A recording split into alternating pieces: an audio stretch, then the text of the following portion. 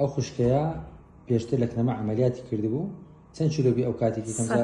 102 کیلۆ چەند سال لەو پێش 2 سال لەو پێش لێرە عملیاتی کرد ئێستا بێتە سەر میزانی ماشەڵڵا لێبێتن قەڵەوی هەر پێوە نەمایە ئێستا کە 78 کیلۆ باسی ژیانی خۆت کە پێشتر کوی ئێستاکە وڵای دکتۆر پێشان لاقم دێشە پشتم دێشە ئێستا زۆر ئیسراحاتم کردیا ئارێ وەڵا زۆر باش بوو پەشیمانی لەوێ عملیات نا وەڵا پەشیمان نیمە زۆری بە خزم و بە برادرانیشم گوتم بکە قازانز دەکەن ئارێ وەڵا پشت ئێشە و لاق ئێشت کو پێشان وەڵاهی پێشان زۆر بوو دەگوندی لاقە لێت دەبتە فەقەرە دوای تووشی عملیات دەبی ئەگە خۆ زەعیف نەکەی بەس لە خۆی بە زیاد زۆر باش بووینە دڵخۆش بوو بە ئیشمی ئارێ وەڵاهی زۆر پێ مرتاح یعنی تەجێ قەڵاوەکان دەکەی ئارێ وەڵا ئازەما بەوەڕە سەقەرەوین دکتۆر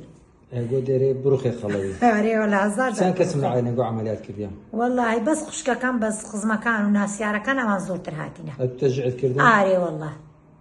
چ دەرێ قەڵەوەکان وەڵاهی دەرێم هەموو لە خۆتان بکەن ئیسراحات دەکەن ئیسراحات دەکەن ئەدی دەرەوانەی کە وەخت خۆی سیخان بەمە کرد پاران دەمە خۆسخانەم دروست کرد ئارێ وەڵا بە خۆشمان سیقەمان بە تکوری پارەمانداییە بەس زۆر دوعاش لۆ دەکەین ئارێ وەڵاهی ئیستیفادەمان لێ کردیە زۆر لۆ فەقیر دێن استیفادەیان لێ کردیا زۆر معتد دەکەن زۆر دوعات لۆ دەکەین خی گەورە لە هەموو قبوڵ بکات ئامین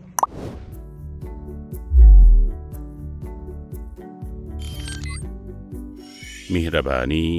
دڵسۆزی و لێزانی